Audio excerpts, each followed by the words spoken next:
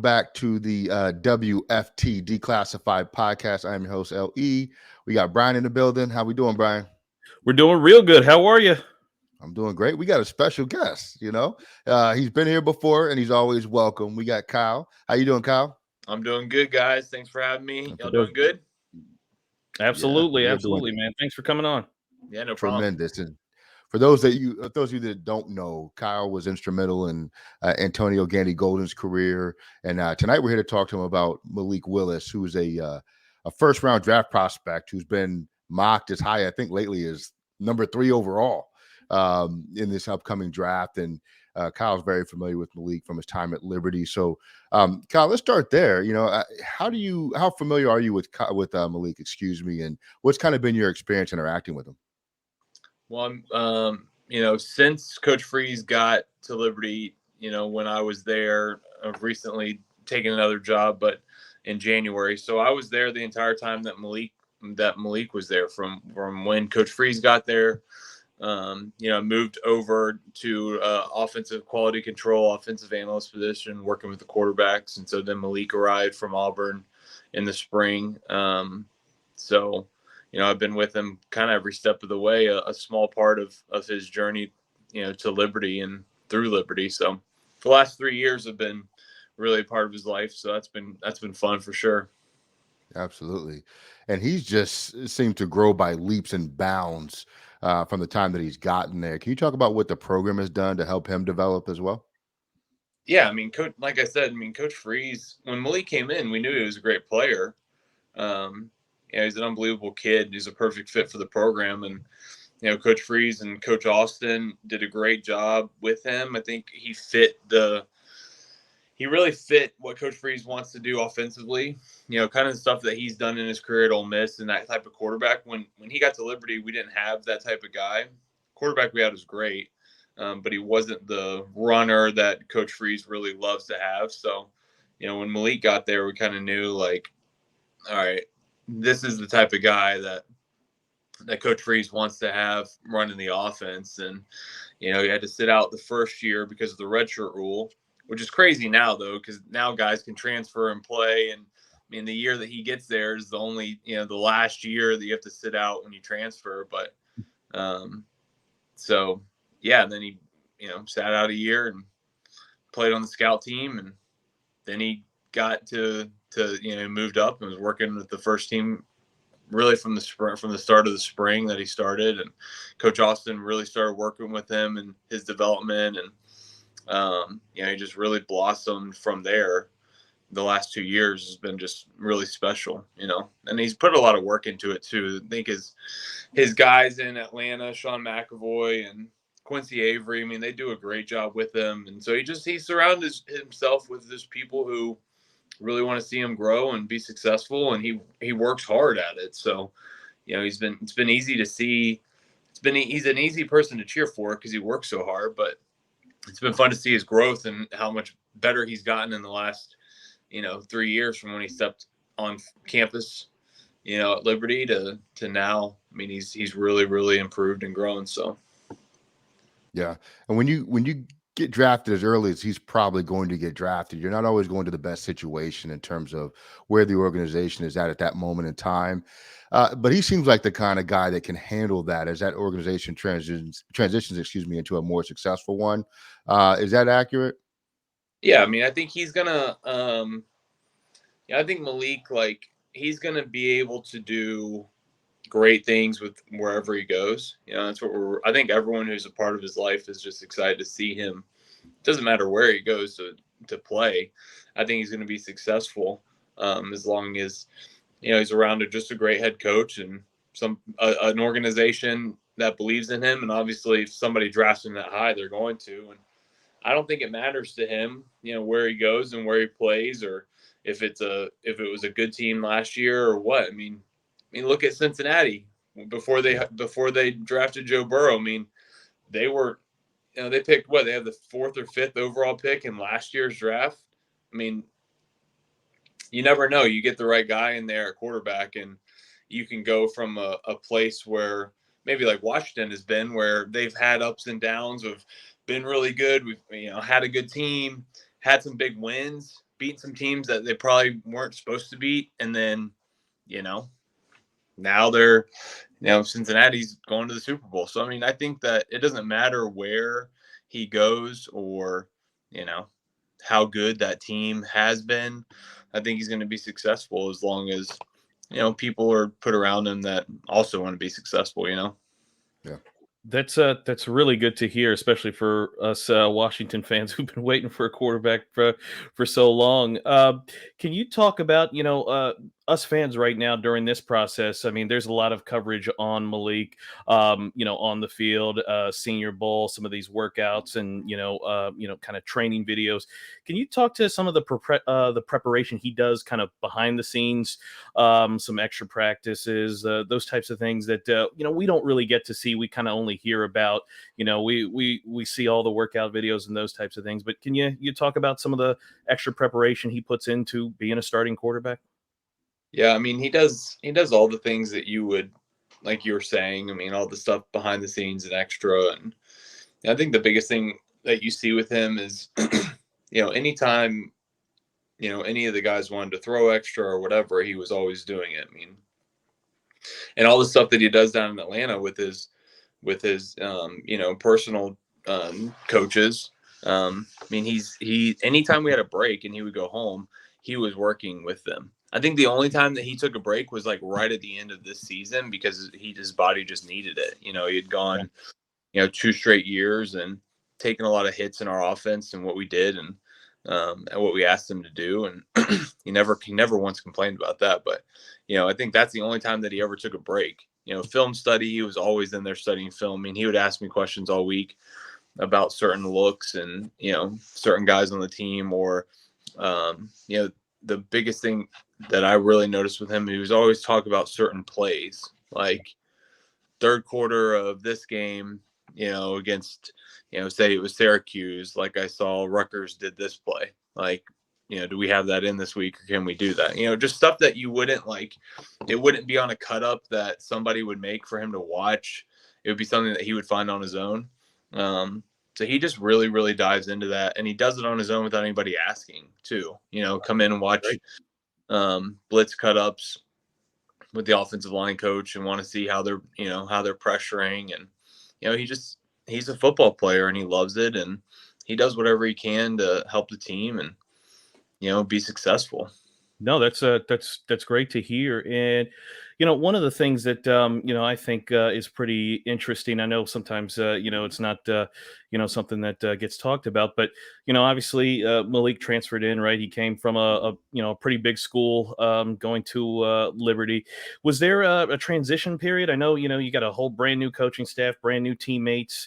Did it take him some time to kind of gain everybody's trust, or did guys just kind of naturally gravitate towards Malik because of his personality or of his work ethic?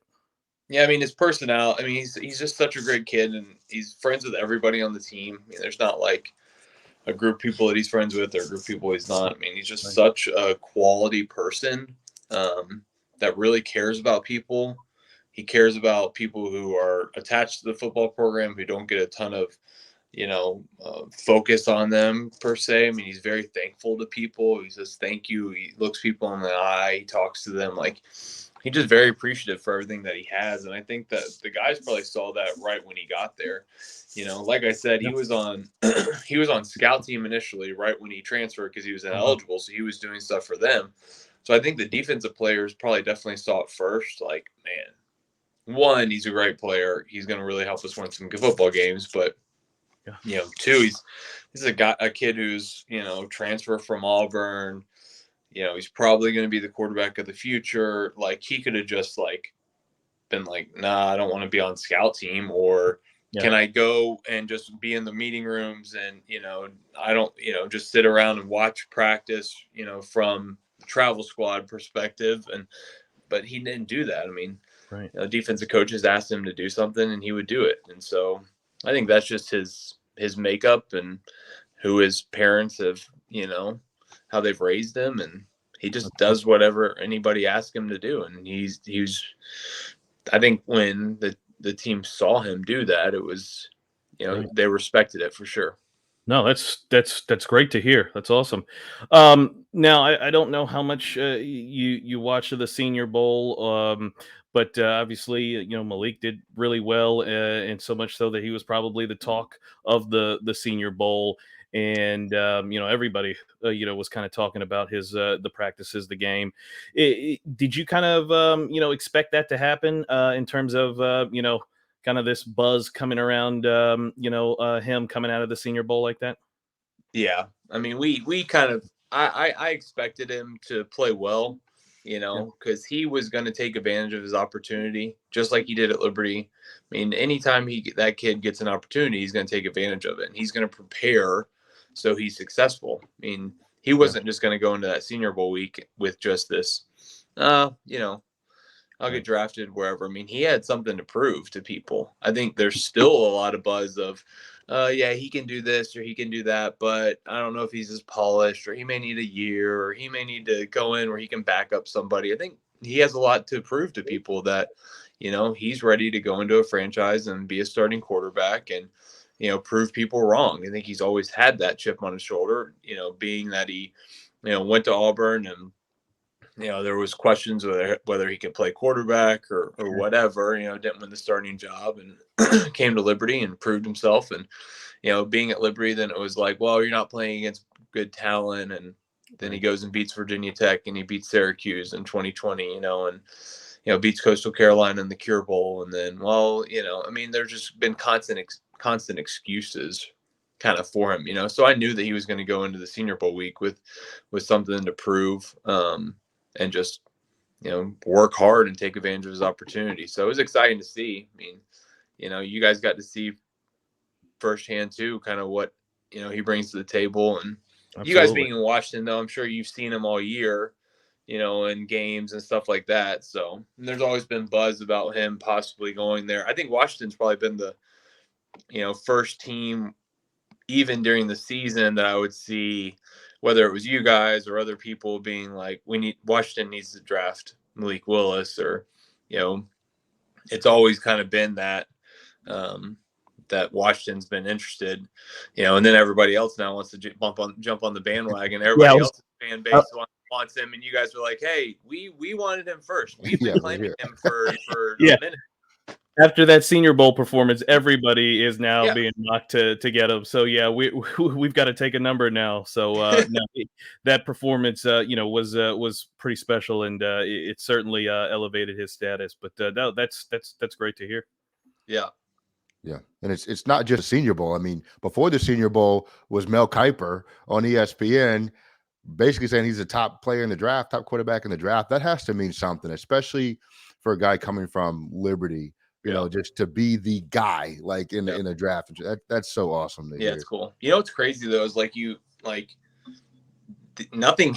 All those guys did, really, it seemed like, was just watch film of him, because during the season it was this or that, or can he? I mean, they were literally just going off of what they were seeing on ESPN, and looking at a stat line where he may have struggled in a game or whatever, and the next thing you know, the season ends. They start watching film, and they're like, "Oh man, Malik Willis is an unbelievable player." It was like, yeah, guys, he's been doing this all year. Like, if you would have been just paying a little bit more attention to him, you would have seen that he's, that good. Yeah, I'm glad you brought up the struggling, because I think he was amazing all year. But anytime he did struggle, what was his mentality after that game?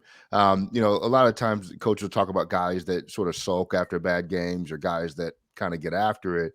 Where does he fall on that spectrum? I mean, he would be upset, but the games that he did, that, like, he would have a bad game or whatever, and we would win, it would be like, man, he would say, like, I played like trash, but we won. So that's all that matters. Like, it was never about his stats or anything, but he'd always bounce back and work real hard in the next week. But it wasn't any different. I mean, look, win or lose, everything was always the same with him, mentality wise too. I mean, he was very, upbeat, and there'd be times where he'd be frustrated, but just like anybody else, any of the other quarterbacks probably in the NFL or in college, like, you get frustrated because something's going on in the game that you can't control, or, that you might be seeing something differently, or, it's just part of the game. But no, he's the same person, win or lose. I mean, he's very even kill. Like, he just is. He's this all the time. Like, not too high, not too low. It's good. Yeah. Is there a being that he is being projected as high as he is there any kind of specific offense that you think would be better suited for him, or it doesn't really matter? He can kind of operate in any offense, or is there something that hey, he would be good in this type? Man, you know what? I think that nowadays, like, the NFL has they always say that the NFL is like 5 years behind high school football, and they're 2 or years or 3 years behind college football. Like, the NFL now has started to adapt the offenses to whatever quarterback is there. I mean, you look at Josh Allen in Buffalo. Like, it wasn't like Josh Allen went into Buffalo and this was the exact offense that they're running. I mean, Right. Now they're running quarterback read stuff and, quarterback run game stuff because they have Josh Allen and he can do that. Lamar Jackson's the same way. Zone read stuff, power read stuff. These teams are changing their offenses based on the quarterback that they have, and they're just trying to give us the best player that we can find, and we'll modify the offense around him. That's what the best coaches do. You don't look at, Hugh Freeze is an unbelievable coach. He's not going to be like, this is the offense and this is the quarterback is going to have to run this. He's going to modify his offense around the quarterback that he has, because that's what good coaches do. So I think, to answer your question, I don't think that there's an offense, in the NFL that when Malik walks into, it's going to be like, here's the playbook, dude. Like, these are the plays we run. Right. They're going to install some things and do some things if they're smart that he is now can do, and they can use his, ability to throw on the run and ability to run the football. He's very hard to tackle, like you saw in the Senior Bowl. I mean, the first play he runs that naked boot. He faked it to his right and was rolling to the left, put his foot in the ground and ran back kind of across the field, 16-yard gain or whatever, and broke 2 tackles. I mean, those were defensive linemen that are going to play in the NFL that couldn't bring him down because he's so strong. So I think that good offenses and good offensive coaches and, those guys are going to modify their offense based on who they have. And I think, they're going to have to do that with Malik because there's not a lot of guys like him in the NFL. He's very special. Yeah. Here's my dream, Kyle. Malik comes to Washington. His familiarity with AGG sort of, revives AGG. Hey, now we got ourselves at a receiver with him and McLaurin. Is that going to happen for us? Go Commanders. No, man. Hey, I hope so. I think that, they would be a great fit. It's funny because both of them have always been like, dang, I didn't get to play with them. They would throw to each other in certain, times at practice, but they never got to play together because Malik was redshirting and during AGG's senior year. So, yeah, that would be great.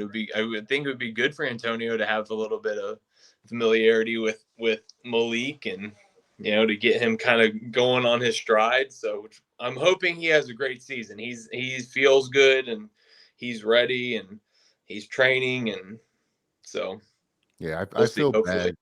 I feel bad for AGG since he's been here. It's been such a revolving door of quarterbacks and a lot of inconsistencies and things around the wide receivers. I mean, outside of Terry McLaurin, there really hasn't been another receiver that's been all that successful in that time. And hopefully, like you said, this year is just a year where he can really start to find his footing. Yeah, for sure. I mean, you come in a year that's COVID, so you don't have any meetings in person. Everything's on Zoom. Most of the guys have their cameras off. It's hard. Everybody learns differently, and I think it's just maybe taking him a little bit longer to fully get it. And getting hurt was completely new for him, but as of now, he's kind of the healthiest he's ever been, and feels the best, and is ready to go. So excited for him. He works really hard, and so hopefully it happens for the both of them. We can get a little Liberty pipeline into Washington for the NFL games. I think you have a whole new fan base too, for sure. We'll take it. We need all the help we can get. So if that's the magic trick, let's do it. No doubt. I'll be there. I mean, now that I'm out of the coaching world, it's a free reign on Sundays. I can get to NFL games, which is great. So yeah. Very nice. Certainly something to look forward to. Hey, Kyle, as always, we appreciate your time so much, man. This is a lot of fun. Thank you very much. Guys, appreciate it. Appreciate it. Yep.